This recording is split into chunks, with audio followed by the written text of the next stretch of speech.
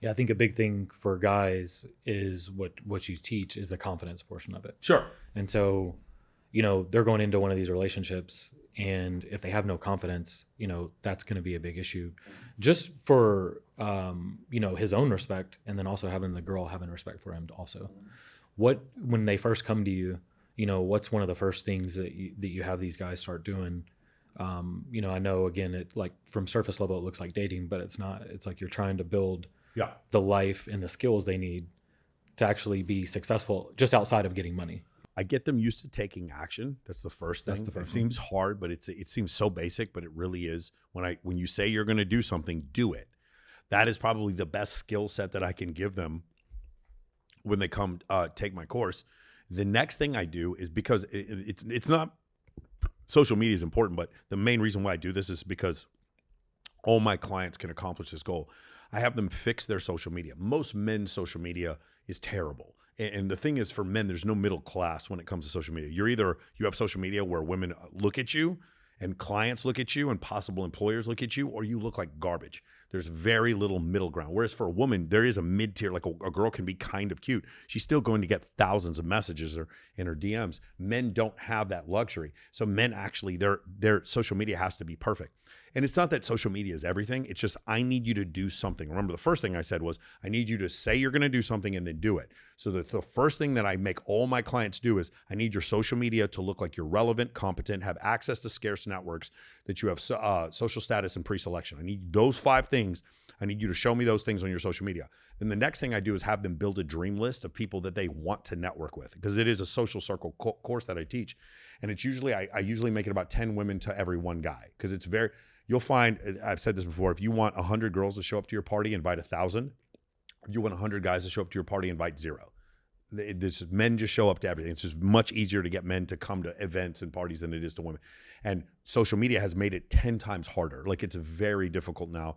I have clients all the time. They're like, yeah, I had 100 girls reconfirmed to come to my party and 6 of them showed up. The rest of them just like no showed.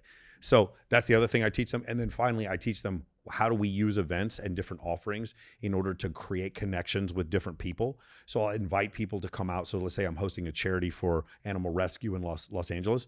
I'll invite a lot of very high influential people I know. It's like, hey man, I got you free tickets, VIP tickets, come sit at my table.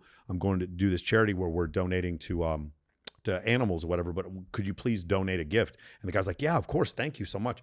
And they show up, and now it becomes an incredible networking opportunity for me. Whereas what is most guys opening, especially when it comes to like an attractive woman, hey, let's go to dinner, let's go on a date. I'm like, if I was a woman and a guy came up to me and asked me to go to dinner just because of my physical attractiveness, I would actually be wary of that.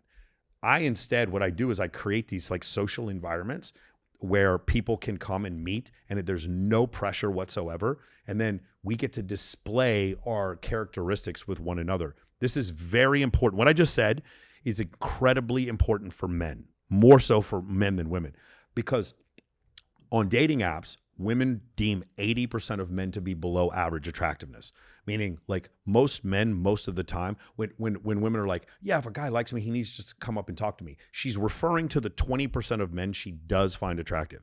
The other 80% of men, if they're not attractive to her, they come up, they give her some attention, and then she blows them off, which is a really good scenario for her. If every guy comes up and shows me that he's interested in me, I can cast off the ones I don't like and show interest to the ones I do. What I'm describing, so that only works for 20% of men. What I'm describing is creating these social environments, or in dating, what they call a familiar environment. When I create a familiar environment, now the guy who's not as good looking but is incredibly funny and articulate, he goes from a 6 to an 8 in her estimation, because he's had the ability to display these qualities that he wouldn't have had before. Whereas the traditional dating advice is go up to her, tell her she's beautiful, and then ask her on a date, which is terrible, terrible. Here's your clip. Ready?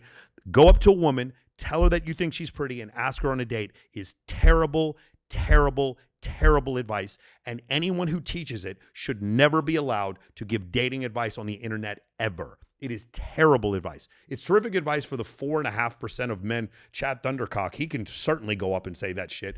The rest of men should never, ever do that. You are giving your intent to a woman who did nothing to earn it, and it makes you look valueless and worthless. This is also the reason why men commit suicide at twice the rate that women do. Men have priced themselves into zero. specifically because of this nonsense that people are teaching them. You need to have group environments. You get to know which woman that you're compatible with, or which woman actually approves of you, or which woman complies with whatever it is that you want to do. It's like, hey, we're gonna go axe throwing on Tuesday, and she shows up to axe throwing. And then you're like, we're gonna go to this animal rescue thing on Friday, and she shows up to it. After a while, this girl showed up a couple times. That's a girl I would go on a date with. She's given compliance. She also shows that she's interested in philanthropy like I am. That's a woman I would ask on a date. I'm not going to ask a woman on a date because she has green eyes. This is the mentality that men have that have put them so far behind and have screwed them up so badly recently. And that's what I literally kick it out of my clients, because that's what they believe they're supposed to do, is they're supposed to just go up to women and just show interest. And this has been just years, decades of horrible advice by matchmakers, dating coach, pop psychologists, and pickup artists that have been giving this horrible advice to men. Meanwhile, what do I teach guys? Have a ton of female friends and have your female friends introduce you to other women and then end up dating those women. And of course it works every single time, but like nobody wants to listen to that, even though it's correct and backed up by science, mate choice copying in humans. And so when I come to them, like, I don't care what your feelings are. I come to you, I give you a solution to the problems that you have when it comes to networking, leadership, communication, and dating. You're going to listen or you're not going to listen. And I don't care how you feel about it. And because of that, a lot of times my strategy is so obtuse. My strategy is so, brutal in compared to other people's that a lot of times people are turned off by it. But the guys who stick with the program, they're like, this is the greatest program I've ever taken in my life. Yeah.